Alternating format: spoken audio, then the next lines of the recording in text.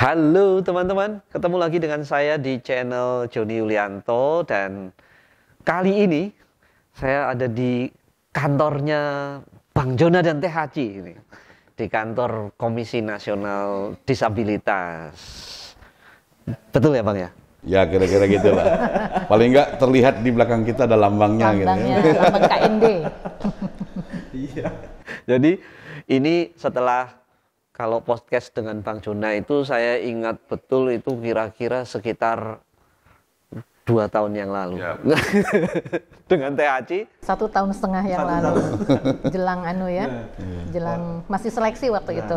Waktu itu masih seleksi, alhamdulillah setelah jadi kita bisa podcast lagi ini. Teh. Iya. Gimana kabarnya Teh Haji? Baik, alhamdulillah. Ya, seperti Mas Joni lihat, senangnya saya bisa melihat. sorry. Rasakan. Lebih tepatnya itu. Maksudnya seperti yang Mas Joni lihat dengan rasa begitu ya, gitu. Jadi kan walaupun saya ada dekat Mas Joni tahu saya terlihat bahagia, semangat begitu kan. Alhamdulillah, dan yang saya syukuri adalah bersama saya itu ada Bang Jona, ada Mas Eka, ada yang lain-lain gitu. Jadi bersama-sama menjalankan tugas itu yang sama, satu frekuensi begitulah intinya. Ya. Iya betul. Ini teman-teman kalau yang belum kenal Teh Haji nonton video yang sebelumnya ya. Dan jangan lupa like and subscribe. Gitu. Iya sih, saya dari suaranya, dari renyah obrolannya itu terasa kalau Teh Haji itu bahagia. Bagaimana Bang? Ya kalau saya ya nggak terasa, ternyata hampir 2 tahun ya sejak take podcast waktu itu ya. Iya, hampir 2 tahun ya. Waktu itu saya sama Mas Eka yang lewat Zoom karena masih pandemi. Iya. Dan waktu itu dan waktu itu Mas Joni banyak tanya-tanya tentang seleksi juga ya. Sekarang masih tahap seleksi waktu itu. Iya. Oh, sama ya. Iya. Dalam rencana seleksi lah ada, kalau Mas Joni banyak tanya apa yang akan dilakukan nanti gitu, kira-kira. Ya ternyata hari ini ya sama-sama ada di sini. Jangan-jangan pertanyaan saya lebih banyak dari pansel waktu itu. Betul, bahkan lebih sulit loh Mas Joni. Jadi karena waktu itu sudah ditanya yang sulit sama Mas Joni, waktu pansel nanya lewat. Halo Bapak Ibu pansel. Iya betul. Nah sebenarnya kan habis kita podcast itu kemudian saya tuh baru jadi setelah pengumuman seleksi itu, saya kemudian ngitung dari beberapa yang podcast itu 3 loh yang lolos loh. Sama Cak Wawa satu lagi. Iya. Cak Wawa itu juga podcast sebelum seleksi Komnas HAM terus lolos gitu. Saya itu jadi agak mikir, jangan-jangan podcast memang bisa mengantarkan. Oh, jadi nanti kalau ada seleksi Komnas lagi, hubungi Joni Yulianto, meminta untuk podcast ya. Oke, dicatat. Ini tolong dibantu promosikan ya. Nah, saya tuh penasaran tuh satu hal. Jadi kan setelah kayak Bang Jona, Teh Haji itu kan sebelumnya kalau saya boleh ngomong tuh gini, nggak ada tampang-tampang pejabat publik gitu. Ya. Boleh. Boleh ya Bang ya, boleh. Nah, terus dalam tempo yang nggak terlalu lama gitu kan, proses seleksinya kan termasuk cepat ya. Waktu itu setahun ya. Oh iya ding, bener. Nah, tapi kemudian terpilih lalu mulai ya mendapatkan mandat dan peran sebagai komisioner KND. Nah, itu gimana Bang suka dukanya? Ya kalau boleh bicara sejak dimulai kita tuh nggak pernah ada yang tahu ya kapan, sampai detik terakhir pun kalau boleh bercerita di tanggal 31 November ya. Iya. 30 November. Kita tidak ada yang pernah yang tahu siapa yang terpilih dan seterusnya. Bahkan sampai tanggal 1 ketika dilantik pun sampai jam 1 siang tuh kita nggak ada yang tahu gitu.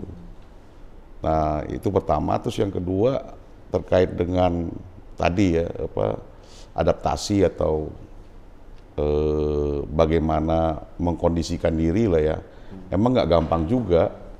Nggak gampangnya misalnya contoh ada cerita lucu ketika kami harus rapat di lingkungan istana waktu itu ya. Mungkin sesudah dilantik. Entah kenapa saya lupa waktu itu dengan kayak saya itu kan selalu pakai baju celana itu selalu suka jeans gitu. Nah, saya lupa hari itu saya harus rapat di pos penjagaan pertama saya lolos, tapi yang terakhir saya nggak lolos. Padahal saya pakai kemeja rapi, saya lupa bawanya jeans. Komisioner ada. Tidak boleh masuk. Ya? Nggak boleh masuk. Itu contoh cerita-cerita lucu. Sampai akhirnya mesti dibuatkan Zoom, saya ikut rapat itu lewat Zoom di pos satpam. Serius.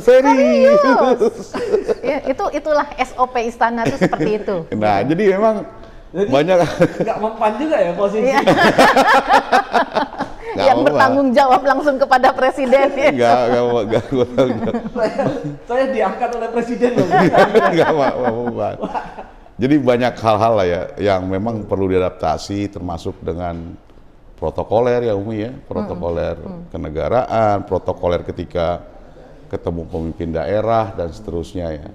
Dan itu memang nggak gampang bagi kami yang terbiasa di lapangan ya, berhadapan dengan teman-teman, lebih cenderung pada sifat-sifat informal lah gitu ya. Dan itu menjadi tantangan tersendiri lah, gitu.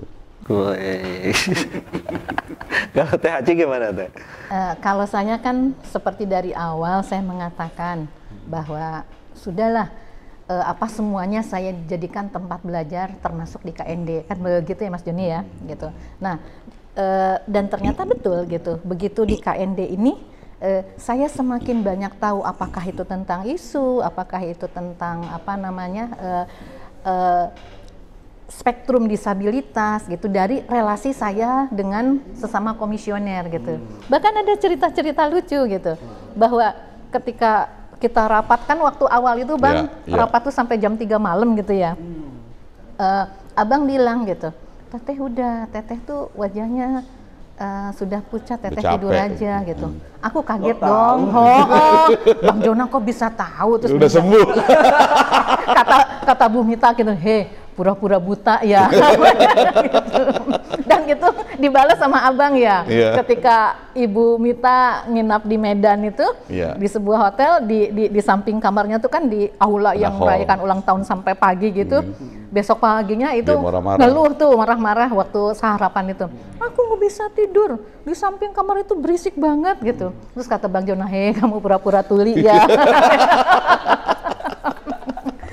Kisah-kisah itu yang kemudian sering saya ceritakan gitu loh, ketika saya harus bicara di mana-mana, memahami bahwa disabilitas itu adalah cara yang berbeda gitu loh.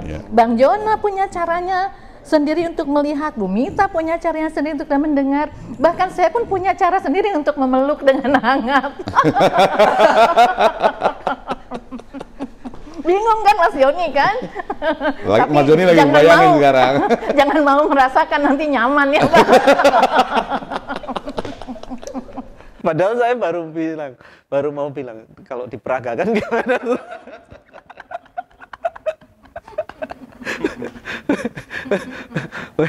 Tapi ini menarik, artinya kalau tadi kan Teh Haji ngobrolnya ya masing-masing tuh punya caranya yang berbeda gitu. Terus ada nggak Teh fase di mana ini kan ada 7 ya, 7, 4 itu difabel, kemudian 3 yang non difabel. Kemudian difabelnya pun beda-beda gitu ya. Nah mungkin bisa dijelaskan Teh komposisinya itu. Kemudian ini yang saya pingin sekali dengar tuh gimana proses untuk saling mengenal sampai kemudian beradaptasi untuk kita ini satu tim loh gitu. Itu pokoknya banyak cerita lucu ya Bang ya. Jadi kita kan bagaimana kemudian kita harus menerima budaya Bumita, budaya Tuli yang kadang-kadang kalau ngomong itu kan gitu ya, kalau kata orang Jawa celbang celbung itu apa ya, plaspos gitu. Budante dengan hambatannya yang disleksia gitu harus kita pahami juga. Bang Jona bukan cuma hambatannya, juga karakternya yang mudah marah. Gitu ya. Tapi memang di antara kita itu saling memahami dan saling melengkapi gitu Mas Joni gitu. Bagaimana Bang Kikin dan Bu Dantu itu begitu kaget kalau saya mempersilahkan tuh pakai kaki gitu. Jadi Masya Allah kok kayaknya nggak sopan, baru sadar, oh iya Teh Haci nggak punya tangan. Jadi proses-proses awal yang kemudian diterima sebagai, inilah budaya kita sekarang. Atau saya marah ke Bang Kikin ketika asbak dipindahin tanpa sepengetahuan saya. Gitu. Loh, mana Bang? Ya begitu. Jadi adaptasi itu yang kemudian harus kita terima dan membersamai dinamika kita dalam bekerja gitu ya Bang ya. Kira-kira gitu. Kalau Bang Jona apa Bang yang kemudian membuat kita ini memang punya perbedaan masing-masing gitu untuk kemudian sampai akhirnya bisa klik sebagai satu tim gitu. Kalau saya sih sebenarnya ini semacam blessing ya. Kenapa?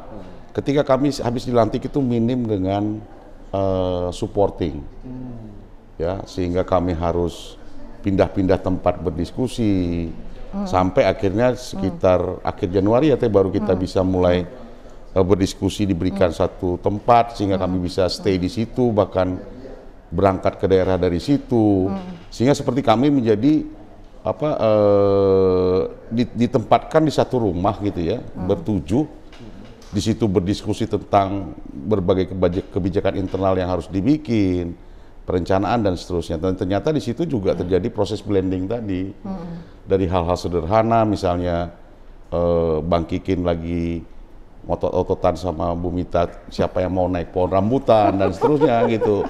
Nah justru di situ proses-proses. Dan mereka tuh berantemnya kayak suami istri loh. Atau ketika kami harus mencari bau pesing ya, di mana ini kucing buang airnya gitu. Ya itu ternyata menjadi proses di mana kita saling memahami dengan kekurangan masing-masing, karakter masing-masing, dan mulai saling melengkapi lah ya, saling mengisi kekurangan yang lain gitu ya. Ya dinamika selalu ada lah. Umi Aci tahu betul itu ya. Sampai keras berbicara, gebrak meja dan seterusnya, tetapi ketika berbicara mengambil keputusan, ya kami selalu berusaha untuk konteks kolektif kolegial itu menjadi tujuan utama gitu. Tapi pernah yang benar-benar berantem gitu? Di grup aja hampir tiap hari berantem.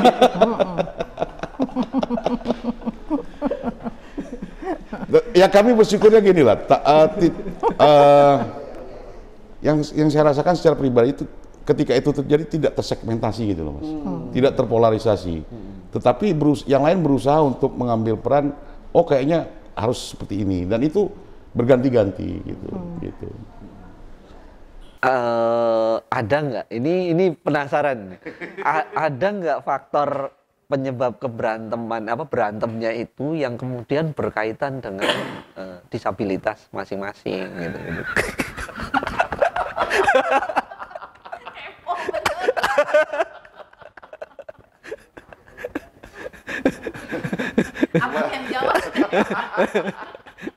Ya harus disadari ya, ini sebenarnya logis saja ya. Kadang-kadang ketika kita menjadi seorang aktivis disabilitas kita menutupi gitu dan seterusnya. Tapi memang faktanya kedisabilitasan itu yang melekat pada seorang individu itu juga pasti akan mempengaruhi cara berkomunikasi. Dan harus jujur katakan juga konteks kehidupan disabilitas juga akan mempengaruhi karakter. Dan itu memang kita rasakan ya Umi ya. Ketika itu harus ngeblend dan menjadi tantangan tersendiri. Jadi kalau orang bilang oh enggak, saya enggak juga, itu manusiawi lah menurut kami, termasuk dengan misalnya berbasis selalu mengatakan ini budaya dan seterusnya gitu ya. Tetapi kita berusaha juga harus memberikan pemahaman dan itu menjadi komitmen kami ketika berbicara ini bukan membenar-benarkan sesuatu karena kedisabilitasan. Ya, itu konteksnya. Itu penting. Kita komit itu kan bahwa ini harus diperbaiki gitu dan kita berusaha untuk memberikan pemahaman kepada siapapun ketika sudah mulai mengarah kepada konteks kedisabilitasan mempengaruhi yang berujung pada mungkin tanda kutip kelemahan atau sesuatu yang nggak pas lah gitu. Gitu. Ya. Emang nggak gampang sih. Berarti ya, memang begitu. ada fase itu ya, fase Iya. Oh iya. kagetnya. Oh sana. Tunggu ya Acil. Ya itu awal terkaget-kaget masalah tentang kedisabilitas sampai hari ini juga itu tetap menjadi masalah ya Bang ya. Gitu. Tetap ya itu tadi seperti disampaikan Bang Jona, bagaimana kita meminimalisir itu karena kita menyadari kita tuh berjalan pada satu tujuan yang sama gitu. Ya. Gimana itu meminimalisirnya itu gimana? Ada peran masing-masing sih Mas. Nah, ini ada peran masing-masing dan itu berganti-ganti.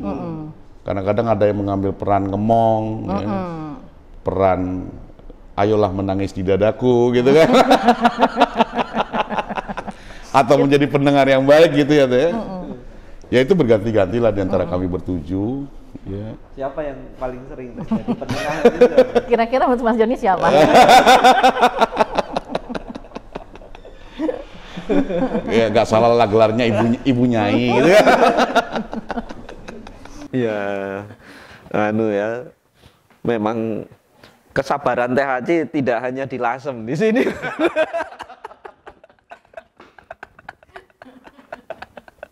Iya. Memerankan perannya masing-masing Mas Joni. Iya. Kalau apa ya? Satu hal lain yang saya itu penasaran sebenarnya ini. Tadi kembali ke soal Bang Jona dan CHC itu kan nggak ada tampang-tampang pejabat publik gitu ya. Apalagi Bang Jona itu. Bang Jona ini kalau THC mungkin bunyai lah, kalem lah gitu. Tapi kan Bang Jona ini tipikal yang dulu itu selalu birokrasi harus begini, enggak harus diterobos gitu. Nah kemudian sekarang mau nggak mau namanya pejabat publik di lembaga negara pasti berhadapan dengan banyak birokrasi, proses yang harus dilalui dan sebagainya. Itu ada kesetresan tersendiri nggak? Itu bukan stres lagi, kita udah sampai pada fase psikosomatik. Jujur aja. Ya tapi justru disitulah ya, kalau meminjam istilahnya Umi Aci tadi, ada proses belajar juga, ya. Ada bahkan mungkin kalau sekarang dulu saya kenalnya misalnya kalau kita kerja administratif, teknokrasi, birokrasi, bahkan sekarang politis pun harus masuk dalam ranah berbagai pertimbangan ketika melakukan sesuatu, misalnya seperti itu. Dan itu memang nggak mudah lah. Tetapi kadang-kadang ya kami sering berdiskusi informal ya Teh Aci ya, baik di belakang ruangan dan seterusnya, bagaimana itu bisa terdeliver dengan baik sih ya. Ya itu seni tersendiri lah ya, yang memang mau nggak mau harus kita jalani. Gitu. Adaptasinya apa yang paling sulit Bang? Adaptasi itu yaitu harus disadari bahwa kerja-kerja birokrasi dan teknokrasi itu kan butuh stepping proses. Kalau dari sini belum selesai nggak mungkin ke sana gitu-gitu loh. Dan kadang-kadang kalau kita berpikir praktis gitu ya, ngapain sih mesti step ini dijalani? Kok tuh arahnya udah jelas kok gitu. Tetapi ya inilah konsep negara gitu ya, konsep pemerintahan yang memang harus berjalan seperti itu gitu. Dan itu menjadi tantangan sendiri juga, sekaligus juga kadang-kadang ketika kita bisa melewati itu ya Umi ya, contoh waktu di Mamuju misalnya gitu ya. Ya kan itu kan kita menembus. Betul. ada kelegaan dan kebahagiaan sendiri sih sebenarnya ya. Ketika apa yang menjadi visi kita ketika bertemu dengan pemerintah dan seterusnya. Apalagi ketika berbicara menjadi jembatan lah antara teman-teman dengan pemerintah atau stakeholder lain. Dan itu memang butuh energi tersendiri lah menurut saya ya. Gitu. Termasuk ini ya, melepas ego gitu ya. Melepas ego pejabat. Tapi kalau kita ikhlas bekerja, seperti tadi katanya, yang penting tujuan gitu aja. Ini agak beda ini. Kalau Bang Jona ini soal harus ada steppingnya. Kalau yang ini Teh Haji ikhlas bekerja. Ini kombinasi yang dan itu yang selalu diingetin ketika pokoknya ya itu yang saling melengkapinya kan gitu. Contoh gini lah ya. Saya ambil contoh gini Mas Joni ya. Ketika melakukan sesuatu, backgroundnya beda Mas Joni. Ketika melakukan ketika melakukan proses advokasi misalnya statement misalnya gini lah, Kakak Mita sering bilang, saya ini dilantik presiden, gitu kan. Itu kan dia menunjukkan positioning lah, bahasanya seperti itu ya. Tapi kadang-kadang kita harus memberikan pemahaman ke beliau, Kakak lewat sini dulu, ini dulu, gitu. Karena memang itu birokrasi, gitu, nggak bisa kita tidak mengikuti stepping yang. Ya itu kan tadi Bang Jona ngasih contoh yang di Mamuju. Bagaimana kita lembaga negara langsung di bawah presiden harus transit 3 kali mau menemui kepala Bapeda saja. Ya kan yang saya bercerita di Zoom waktu dengan teman-teman Sulawesi Barat itu loh kan Mas Joni juga hadir kan waktu itu gitu. Kan kita harus melepas ego kita gitu loh. Demi siapa ya? Demi teman-teman di Mamuju waktu itu gitu loh. Ya contohnya itulah gitu. Dan itu tidak mudah, jadi ya harus dihargai. Iya betul. Tapi itu tadi Teh yang saya kembali ke sebenarnya pengen tahu lebih dalam soal gimana menjaga keikhlasan di lingkungan birokrasi yang artinya kan THC kan berangkat dari lingkungan pesantren, gitu, aktivis pesantren yang semuanya itu informal pun selesai gitu. Nah, silaturahmi kemudian ngobrol dengan budayanya yang mengedepankan ini kan ya diskusi-diskusi yang nggak selalu harus formal tapi yang penting komitmennya kepegang kemudian semuanya berjalan. Nah, ketika di sini di lembaga negara itu kan ya itu juga iya tapi kemudian juga tetap mau nggak mau ada proses-proses formal yang harus bergerak. Itu gimana Teh? Masih bisa tetap menikmati atau? Ya saya akui kalau kata Bang Jona itu dinamika ya gitu. Kalau bicara keikhlasan, saya kira tidak ditentukan oleh background juga sebenarnya Mas Joni ya gitu. Tetapi memang bagaimana visi seseorang ketika mendaftar mulai mendaftar ke KND sebenarnya datangnya ke KND itu tujuannya apa gitu. Mungkin keikhlasan saya dengan keikhlasan Bang Jona berbeda gitu. Saya juga melihat bahwa keikhlasan itu ada pada diri Bang Jona dan versinya mungkin beda-beda. Inilah yang kemudian kami satukan gitu loh. Ayo kan gila ya bagaimana terus kita tuh harus menemui bukan masalah kelemahan birokrasi yang dimana kami tidak menerima fasilitas keuangan dan itu tuh lama ya seperti halnya lembaga-lembaga negara baru yang lain gitu. Nah itu juga kan salah satu yang dituntut kita harus ikhlas menerima itu untuk tetap bekerja gitu. Ya jadi ya itu tadi beda versi lah, ayo kita samakan di satu persepsi di satu frekuensi yang sama gitu. Ya. Tapi alhamdulillah ya sudah terlalui. Sudah.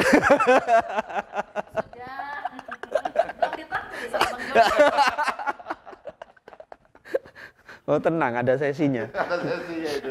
Saya melewatkan yang kemarin.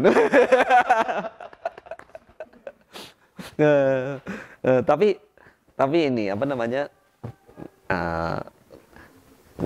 Ini jadi kepikiran nih, kayaknya yang sekarang tuh yang lucu-lucu dulu gitu. Nanti yang akan datang itu yang agak-agak yang serius. Iya betul. Tapi serius yang apa namanya? Saya yakin sebenarnya apa namanya sudah terlampaui lah. Artinya proses untuk beradaptasi satu sama lain, kemudian menguji komitmen gitu ya kira-kira ya.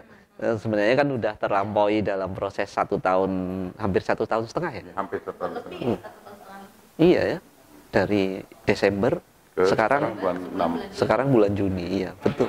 Iya 1 tahun lebih 7 bulan, betul. Selamat.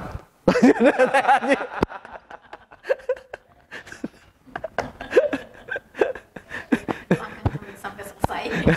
Amin. Tugasnya masih panjang. Masih 3,5 tahun.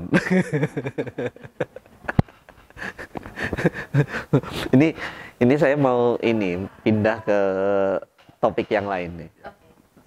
Jadi kan ini kita kumpul kebetulan kan apa namanya saya di sini bersama dengan Bang Joni THC, tadi ada Bu Dante dan yang lain juga kan dalam rangka persiapan untuk temu inklusi. Ya. Nah, mungkin ke Bang Jona dulu gitu yang apa namanya sudah dari awal mengikuti temu inklusi itu, kalau menurut Bang Jona mungkin dalam kacamata ya dulu sebagai aktivis dan sekarang sebagai lembaga negara, sebenarnya temu inklusi itu nilainya seperti apa sih Bang? Oke. Temu inklusi itu bagi saya itu sebagai salah satu media ya, boleh dikatakan sebagai media ya. Tapi sebenarnya temu inklusi itu yang di-influence, yang ditebarkan itu adalah filosofi ya. Filosofi sebuah ekosistem yang menjadi ideal ketika berbicara Indonesia. Berbicara keindonesiaan ya. Udah mulai jadi filsuf saya. Maksudnya gini, temu inklusi itu kan menjadi satu media yang digagas ya, dengan berbagai macam harapan ya. Nah yang kedua, ternyata faktanya dari temu inklusi pertama di tahun 2014 sampai terakhir kemarin yang keempat, karena pandemi kita lakukan virtual gitu ya. Itu banyak gagasan, banyak rekomendasi, banyak praktek baik yang juga mempengaruhi pemerintah dan negara dalam membuat kebijakan berikutnya, bahkan membuat program-program pembangunan gitu. Nah ini tentu menjadi satu hal yang perlu kita jaga keberlangsungannya menurut saya sih secara pribadi. Bahkan konteks kualitas dari satu temu inklusi ke temu inklusi berikutnya kita harapkan akan terus menaik ya, mendaki ya. Karena berbicara inklusif itu kan selalu sangat dinamis, terlebih dengan berbagai tantangan keindonesiaan yang ada sekarang. Itu yang pertama. Terus yang kedua, praktek baik temu inklusi itu kan selalu dilakukan di sistem pemerintahan terkecil, yaitu desa. Ya. Nah, ini kan semacam bagaimana menggambarkan idealnya sebuah ekosistem yang dibangun dalam suatu struktur pemerintahan, kemasyarakatan dan seterusnya gitu ya. Yang diharapkan itu bisa menginspire ya, menginspirasi sampai ke level yang lebih besar. Kalaulah mungkin praktek baik ini baru dilakukan di sekian ratus desa dan seterusnya ya. Tetapi kan karena kita tadi kalau boleh bersepakat ini filosofi loh. Filosofi dari ekosistem yang inklusif yang kita dambakan. Tentu kan ini bukan karena numbering dari replikasi. Tetapi bagaimana dampak dari berbagai rekomendasi, kemudian praktek baik literasi dan seterusnya yang terdokumentasi dengan baik, itu diharapkan bisa menjadi percepatan, bahasanya seperti itu ya, menjadi percepatan pembangunan Indonesia yang inklusif dan ramah disabilitas. Kalau menurut saya sih konteks temu inklusi yang bisa saya pelajari itu dari 1 sampai 4 seperti itu. Gitu. Nah, apa namanya?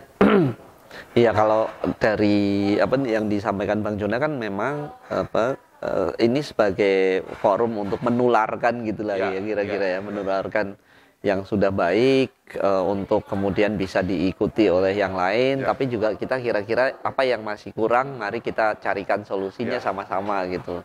Nah, kalau TAC saya yakin sangat menyelami apa namanya bagaimana sebenarnya kehidupan di masyarakat itu berjalan, kemudian termasuk keberagaman gitu. Nah, kalau bagi THC sendiri gitu dengan apa namanya ya KND kemudian turut memfasilitasi proses-proses konsolidasi di tingkat nasional untuk penyelenggaraan temu inklusi itu harapannya kira-kira seperti apa sih Teh, apa namanya yang kira-kira mungkin dibayangkan atau diharapkan bisa tercapai dari temu inklusi yang akan datang ini yang kelima itu kira-kira gimana Teh? Setidaknya bahwa ini akan menjadi temu inklusi yang berbeda dari sebelum-sebelumnya karena apa sudah ada KND kan betul. Nah, saya sih mengharapkan ya bahwa ada pelibatan masyarakat non disabilitas yang lebih banyak lagi. Bagaimana kemudian pelibatan lembaga keagamaan, organisasi masyarakat yang lain ataupun juga yang berbasis keagamaan agar perspektif disabilitas itu lebih banyak diketahui lagi gitu loh. Bukan cuma penyandang disabilitasnya tetapi masyarakat yang lainnya. Kan ini kan turut membantu prioritasnya KND dalam ini ya mencegah dari stigma ya. Mencegah dari stigma gitu. Jadi termasuk karena saya ini juga adalah dari keluarga besar NU, betapa saya ingin ya memberikan bahwa disabilitas ini juga memberi warna dalam fikih peradaban yang sekarang sedang diusung oleh NU. Ini luar biasa ini. Iya. Ngeri ini. Makanya saya sedang berpikir pelibatan pondok-pondok pesantren di Jawa Timur yang memang merupakan basis NU, kalau bisa PBNU-nya sendiri juga ikut turun gitu. Saya sedang memikirkan itu gitu. Lewat banom-banomnya ya, ada Fatayat, Ansor, harus mereka lihat gitu. Jadi bukan cuma untuk penyandang disabilitas saja, itu saja kok yang saya. Selain memang bagaimana KND juga menjalankan tugasnya ya sebagai lembaga negara ikut membantu ya. Dan saya dan Bang Jona dengan teman-teman komisioner juga sering kalau kita kunjungan tuh mampir ke pondok pesantren ya Bang ya. Kita bicara di depan santri-santri, mau ribuan santri yang di Malang itu ya Bang ya gitu. Memberikan wawasan baru kepada mereka gitu tentang disabilitas gitu. Itu juga hal-hal kecil tapi sebenarnya penting gitu. Jadi kelak gitu ketika mereka turun mereka juga bisa. Ini kemarin beberapa waktu yang lalu kita kedatangan ya Bang ya, yang dari ibu-ibu muslimat itu 2 bis gitu. Sama saya juga berbicara gitu sampai mereka bilang, Teh Haci bikin ketik dong diselebarin katanya. Tentang disabilitas itu diketikin disebar-sebarkan katanya biar mereka kan kalau di kita itu kan banyak daiyah ya, biar mereka juga memberitahu gitu loh kepada jamaahnya bagaimana pemahaman memandang disabilitas itu sebagai bagian dari keragaman. Nah itu sih yang bisa saya lakukan ya gitu. Saya punya cerita lucu Teh. Ya. Jadi waktu kemarin di situ Bondo yang sholawat bening itu. Nah, jadi itu kan event pratemu inklusi ya, salah satu sosialisasi temu inklusi. Kebetulan Kiai Azaim itu telat rawuhnya. Jadi dia belum datang, beliau belum datang pas jadwalnya gitu. kemudian saya disuruh sambutan. Jadi kayak tausiah dong. Kemudian ya sedikit-sedikit ya walaupun nggak sampai selesai pernah agak-agak Mondok. gitu kan. Keluarkanlah hadis gitu apa? Bukan Al-Qur'an. Al-Qur'an. Jadi saya menjelaskan inklusi itu dengan surat At-Tin. Yang kemudian banyak yang kemudian bilang ke saya, oh iya ternyata ini kok nggak banyak dibicarakan di forum-forum keagamaan. Nah,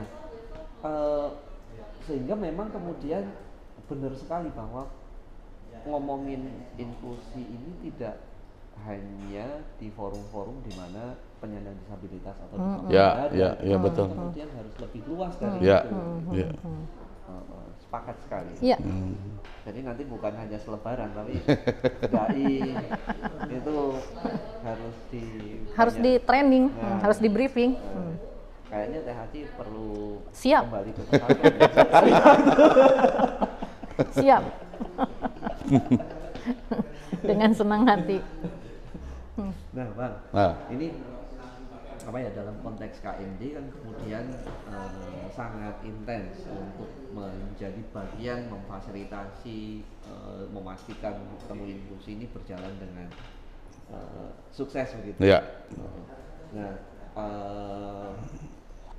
kira-kira kalau Bang Jonan bisa menyampaikan apa pesan gitu ya kepada teman-teman yang akan kita ajak untuk ikut dalam temu inklusi, itu sebenarnya nilai tambah apa sih yang akan diperoleh gitu oleh teman-teman sehingga saya harus ikut harus datang ke temu inklusi. Oke. Baik. Pertama ketika berbicara disabilitas itu sendiri ya, penyandang disabilitas ya, itu tidak ada sesuatu yang berhenti di satu titik, tetapi sangat dinamis, sangat berkembang dari waktu ke waktu. Itu poin yang ingin saya sampaikan. Belajar dari diri saya sendiri gitu ya, bahwa setiap temu inklusi itu ada materi-materi baru ya, perspektif-perspektif baru yang bisa didapatkan ya, terkait penyandang disabilitas yang bisa direlasikan dengan apapun. Direlasikan dengan kebijakan, direlasikan dengan kondisi global. Karena di situ memang ajang bagaimana kita bisa berdiskusi, berdialog, gagas pendapat, memberikan praktek baik, bahkan berdebat gitu ya. Nah tentu ini sesuatu hal yang sangat dibutuhkan lah menurut saya sih. Apalagi kalau teman-teman mengatakan diri seorang aktivis ya, disabilitas gitu, atau penggiat disabilitas. Karena itu betul-betul saya rasakan gitu ya. Dari waktu ke waktu ya, karena bukan promosi kosong ya. Yang hadir di sana tuh dari berbagai macam disiplin ilmu, dari berbagai macam latar belakang ya. Bahkan contoh kecil lah ya. Ketika kita berbicara advokasi, ada terminologi pengorganisasian gitu kan. Dalam satu steppingnya.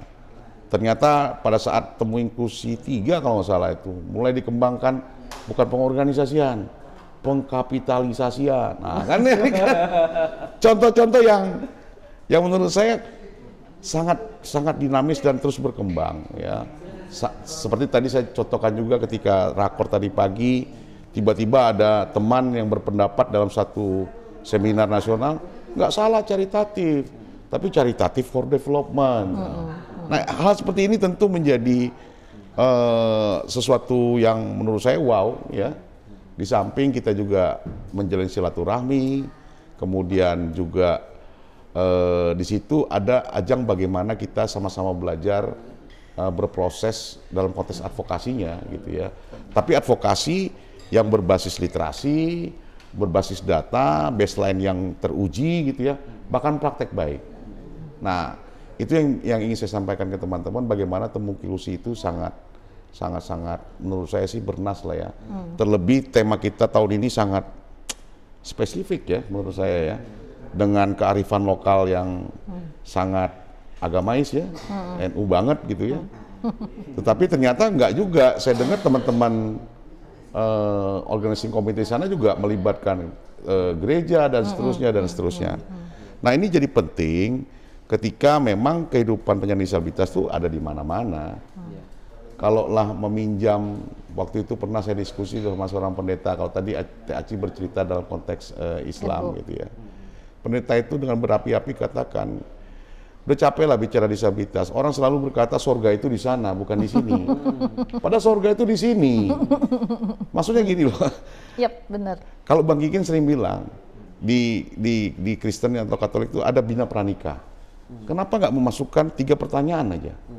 Siap nggak kamu menerima anak dengan disabilitas? Atau menerima pasangan. Yang kedua, siap nggak menerima pasangan disabilitas? Yang ketiga, yaitu siap nggak anak-anak kamu bergaul dengan disabilitas kalau memang non disabilitas gitu. Itu pertanyaan 3 yang sederhana tetapi nggak pernah itu ditanyakan ketika mempersiapkan seseorang pasangan ketika mau kalau dibilang ijab kabul atau diberkati gitu. Padahal itu poin penting kan. Sederhana tetapi karena faktanya memang diskriminasi segala macam yang kita selalu bahas lah dalam konteks advokasi itu ya awalnya dari paradigma yang nggak proper tadi. Nah jadi saya sangat sepakat dengan Umi tadi yang katakan harus meluaskan. Kalau dulu kita berdiskusi di ruang-ruang yang semuanya disabilitas, sekarang udah waktunya untuk berdiskusi dengan lebih multi lagi lah. Ya, multi individu, multi latar belakang dan seterusnya. Karena faktanya ya kalau mau sedikit ada nggak disabilitas dengan agama minoritas? Ya, ada gitu kan. Ada nggak disabilitas dengan profesi PSK misalnya, penjelasan ekonomi? Ada gitu kan. Nah ini perspektif as a human lah yang coba kita kembangkan bahwa disabilitas itu ada di mana-mana juga gitu. Itu kira-kira. Iya. Artinya memang nggak rugi lah ngikutin temu inklusi.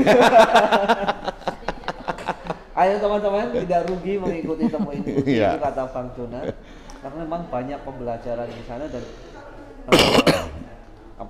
saya juga kemudian jadi teringat dengan tadi ketika Bang Jonan menggambarkan bahwa inklusivitas itu juga sesuatu yang berhubungan dengan beragam identitas. Ya betul. Waktu itu Teh Haci sempat cerita juga merangkul teman-teman geng motor. Iya. Diajak sama-sama ngaji gitu ya. Betul. Yang artinya sebenarnya memang ya semua itu harus dirangkul apapun siapapun dia, tapi dia merasa terlindungi sebagai bagian nyaman dia nyaman. Artinya ini ya semoga mimpi kita kemudian bukan sekedar terkait dengan disabilitas, tapi kemudian banyak keragaman juga kemudian menjadi bagian dari ini. Ya. Amin. Mungkin ini kayaknya baunya sudah mulai pada makan. Jadi saya mungkin sedikit cerita sedikit. Jadi kita seharian di sini sebenarnya tadi ada rapat koordinasi gitu ya. Ya. Mungkin saya ceritain sedikit ya. Bocoran buat teman-teman yang nonton. Apa yang acara tadi? Ya, artinya kita mempertajam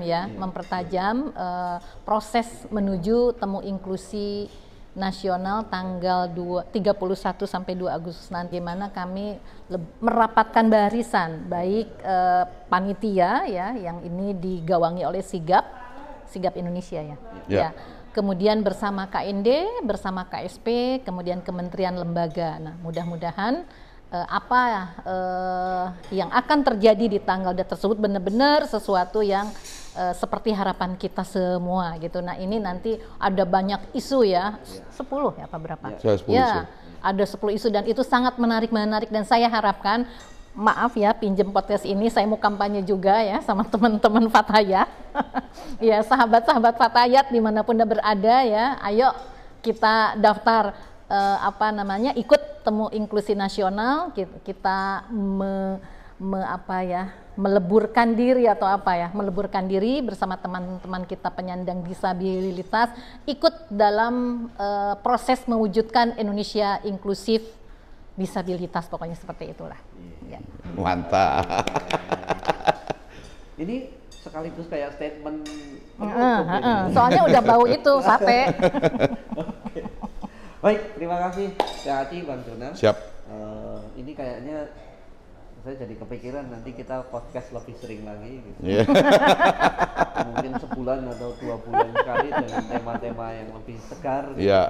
Tapi tadi insight terkait dengan bagaimana suka duka di KND selama 1,5 tahun ini, dan gimana kita berproses ke temu inklusi ini, saya kira sangat memberikan banyak informasi. Dan semoga ya ini bisa menjadi corong gitu ya untuk lebih memperluas informasi kepada kawan-kawan difabel maupun juga teman-teman di luar teman-teman difabel. Terima kasih.